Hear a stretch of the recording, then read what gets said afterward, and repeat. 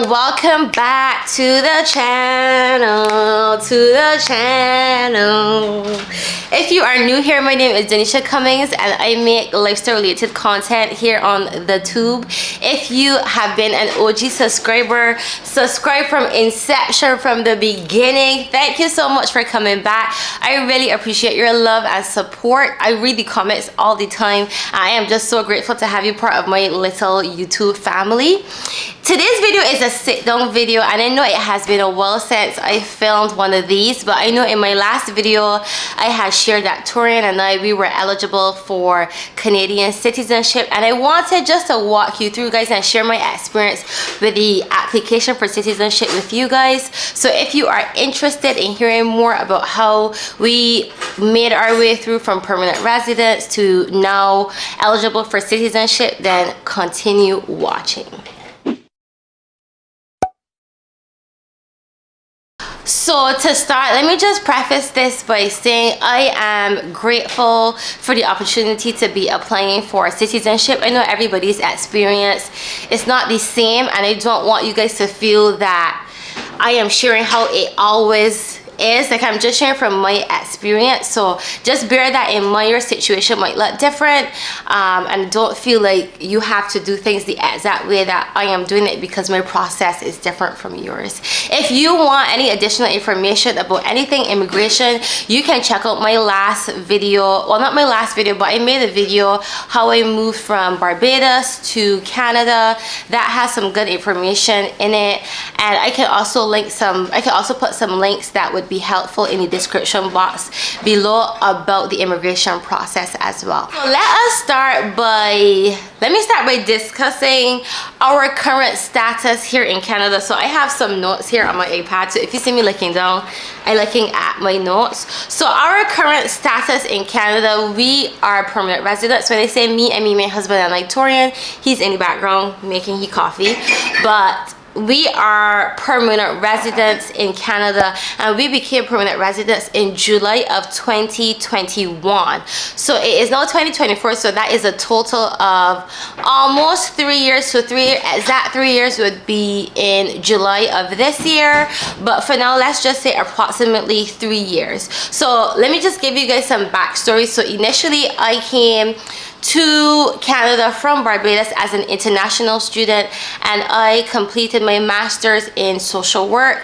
After completing my master's in social work, I was then eligible for a postgraduate work permit, which was valid for 3 years.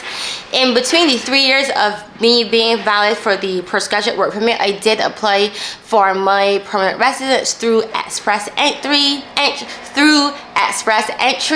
My husband also did a similar process. He came here as an international student, applied for the postgraduate work permit, and then was working. We both submitted our application for permanent residency together after we were married. So that is how we kind of landed here as permanent residents in Canada. So what does permanent residence really mean? What does it allow you to do? So basically, before we were on the work permit, but as a permanent resident, we are able to work, live, and study in Canada, any part of Canada, for any amount of time. Like, there's no expiry date to being a permanent resident. Like, your permanent residency card does have a date on it, but it's just for you to renew your card so that it can be valid, but there is no expiry date on being a permanent resident or on the status of being a permanent resident, compared to if you were on a study permit. Then there's a expiry date where you do have to leave Canada,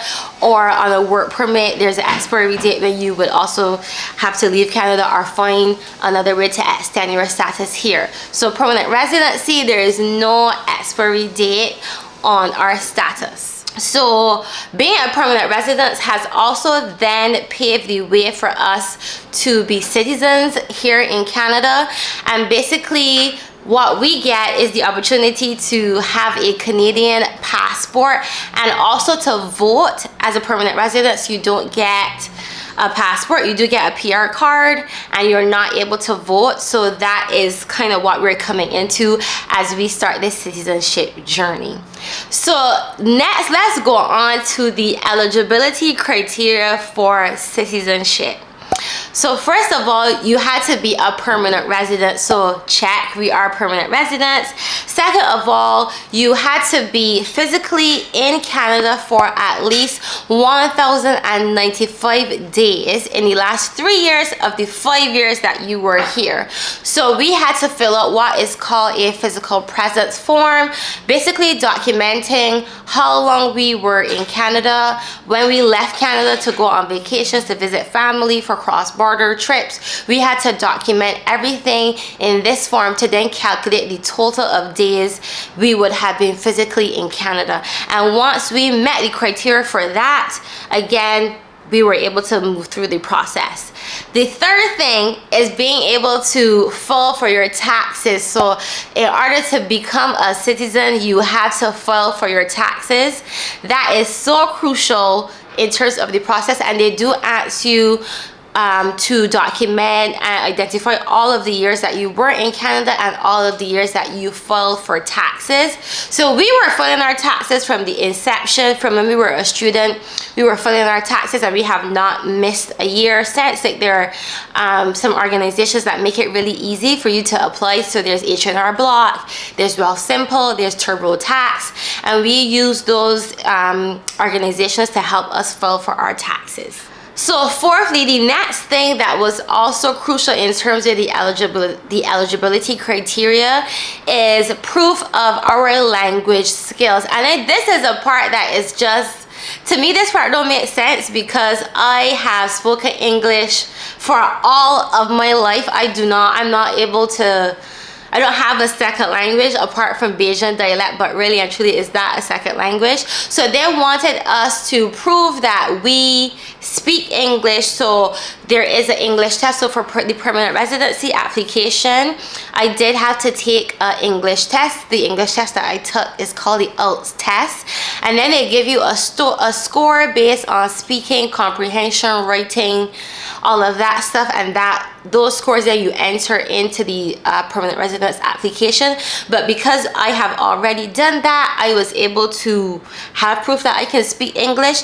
If you didn't do, so Torian did not do the English test. Like, I did the English test and I was the principal applicant for the permanent residence application, so at that time he did not have to do it. So instead of doing the test, he was able to upload his transcripts and documentation from his university to say that yes, he did complete his degree in English. So we used that as well to prove that he is able to speak English. And then the last thing is to pass a Canadian knowledge test. I don't know too much about this test, but basically it is, I think it's multiple choice, and they ask you questions on the history of Canada, the values of Canada, the rights and responsibilities of as a citizen of Canada, and you have to get at least, I think there are 20 questions. I could be wrong. If I'm wrong, I'm gonna put the correct number of questions somewhere on the screen, but I think there's 20 questions and you have to get at least 15 correct. So these are the eligibility criteria for the citizenship. So I'm going to now get into the actual application. So we did our application online. There is an opportunity for you to also fill it out by paper and then mail it to the immigration office, but completing it online was just much easier. We were like, you know what, we have all the information here that they're requesting, why not just complete it online? So we went to the immigration website, we signed up for an account, and then we were able to get into the portal for the actual application for citizenship. So the first step that we did is filling out the physical presence calculator, and this was the most tedious process, or this was the most tedious part of the process, because we had to account for the time that we left in Canada until the time that we applied for the application, where we are, where we were if we left Canada. So we had to go back through like our emails looking for like itineraries and flights and stuff to make sure, okay, were we out to Canada for this time and this time and this time. So it was really tedious just trying to remember all the trips that you took and document, like, this is how long I was outside of Canada. And you also had to specify the reason that you also left Canada. So there were a couple times where we left for vacation, where we left to see family. We also did some one-day trips across the border, whether it's this border here closest to us, which is Buffalo, or by Detroit. So we had to document all of the times that we left Canada, for how long we left Canada, and the reasons why. Compared to the PR application, it was a lot easier, and I think it's because we had all the information that they were already requesting. So all the information that we had submitted as part of our PR application, we just kept on a folder on our computer, so that it's easy to just pull from there and submit it into the portal. So once we did the calculations, our score was actually 1,294 days. And remember, they were asking for at least 1,095 days. So basically we had about 200 days more than they were requesting. And I just felt more comfortable having more days than having the exact days, because I just did not want any hiccups, or I didn't want anything to be a problem with the application. So we waited until we had more days to then apply. So after we filled out the physical presence calculator and we got the number of days that we were in Canada, we saved that document as a PDF. So that has all the days, all the times that we left Canada calculated, so that when it's time to actually enter it into the application for citizenship, it was really easy because all the information was already there. So after we did that, the second step was to go and take passport size photos for the actual application. So for our PR application, we did take passport photos, but they wanted more recent photos. So we found a shop that did the passport photos, and they had actually stamped the back of the receipt with the actual date of when the pictures were taken, because that was the information that the application was requesting. So we had to put the name of the shop, the address of the shop, and the date that we took the photos, and we got the photos in digital format, so we were also able to easily upload them to the application. So once we calculated our physical presence and found out, yes, we're eligible, we did update our passport photo, and then the next step was then actually filling out the rest of the application. For the application process, we were able to create a group so that our applications can be processed at the same time. So once we did fill out the application separately, but then we were able to link our applications as a group so that, as I said, they could be processed at the same time, because we are a family. It's me and my husband, and we just thought that it would have been easier for them to be processed at the same time versus I submitted my application, it being processed, and then he submitting his application and it be processed. So we were able to do that, but we still had to fill out the form individually. So they were asking for basic information, proof of your name, proof of identity, and I did have my name changed. So before I was known as Daneisha Brathwaite, but through marriage my name was changed to daneishacummins. So they had requested our marriage certificate explaining the reason for the name change. They also asked for past addresses, like past places that we lived in Canada. And so far over the last 5 years that I have been here, I moved a total of 3 times. So they wanted my address and how long I stayed at each location, as well as Torian, for us to then enter all of that information into the application. And then they did ask us for contact information, like email address, birth date. We also had to upload our proof of identity. So we both have our Canadian driver's license, so we uploaded that, as well as our passport, and that would bring us into the second part of the application, or the next part of the application, which is travel documents. So we did also have to identify if we were a citizen in any other country. Like, one thing about Canada is that they do allow you to have dual citizenship. So we are still Barbados citizens. We are not giving up our Barbadian citizenship. So they were requesting documentation that we are Barbadian citizens. So we were able to upload our passport photos as well as other travel documents that we have, which would have been our US visa. So we uploaded the passports, one as proof of identity and two as a travel document, as well as our driver's license and our existing PR card as well.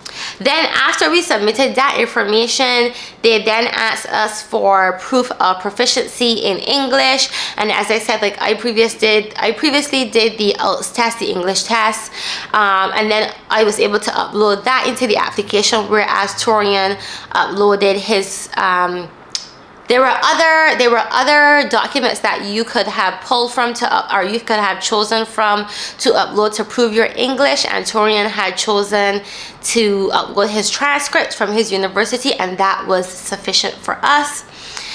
Then they asked our criminal history, if we were ever convicted of a crime involved in terrorism, all of that stuff. And we are upstanding and righteous citizens, so none of that applied to us. So we basically selected no for all of those questions. That we were never in prison, never had a charge, never, nothing.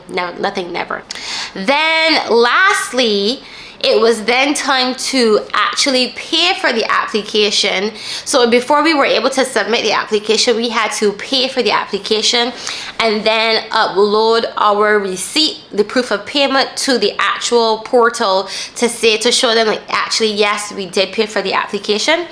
The total cost individually, it came up to be 630 Canadian. So together that would have been 1,260 Canadian dollars. It is a lot of money, but you know, that's just the cost of the application. And if we want to apply and be citizenship, that is something that you cannot necessarily avoid. So we were able to pay that upfront. And then shortly after, we received a receipt confirmation that we did pay, and we were able to upload that into the portal. Once that was completed, then there was some information about you know, like your right to vote and stuff like that, just information about being a citizen of Canada. And we kind of checked off all of those boxes, understanding like it means that you can vote, understanding, you know, just certain things. So after we checked off those boxes, then we were able to submit our application, and that was it. So where are we now throughout this whole process? So we have completed the application, and we are now just waiting.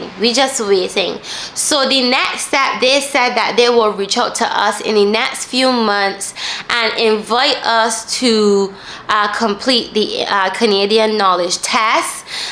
They did give us a study guide. There's a study guide that is found on the Canadian immigration website, where you can use that to prepare yourself for the actual knowledge test for the application. So we are just waiting. In terms of the total length of processing for the actual application, it can be up to 14 months. 14 months or even longer. I know some people had to wait 24 months, but right now, as it is today, the total processing time is 14 months for the Canadian citizenship application. So at this point, as I said, we're just waiting to receive the invitation to do the knowledge test.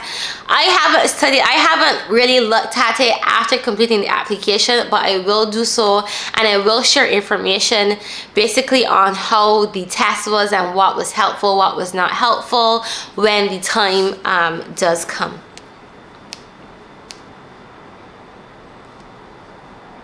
So that is it. That is our experience with applying for Canadian citizenship so far. If you have any questions, feel free to leave them down below in the comment section. As I said, I read the comments, so I welcome you guys just to drop any comments, any questions there, and I will try my best to respond and answer them.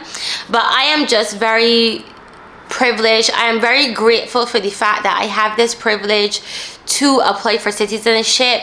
Even like reflecting back on moving to Canada 5 years ago, honestly it does not feel like 5 years. I just feel like I blink and whoa, like we're here already. But I am just really grateful that we can finally have permanent roots planted here in Canada, and not to say that we didn't feel that way with the permanent residency, because we did. But I think there's just even a deeper level to feeling like, okay, yes, like Canada is, you know, where we're planted and where we choose to, you know, spend this portion of our lives here. Will we always be in Canada? I don't know. Will we always be in Toronto? I don't know. But you know, right now we're just grateful for where we are and the opportunity to apply for Canadian citizenship. That's all from me today. As I said, if you have any questions, don't forget to like, comment, share, subscribe. Guys, I have 742 of you subscribed, and I just want to say up close and personal, thank you so much. Thank you, thank you, thank you, thank you, thank you. I really appreciate all of you, and I will see you guys in my next video. Bye bye.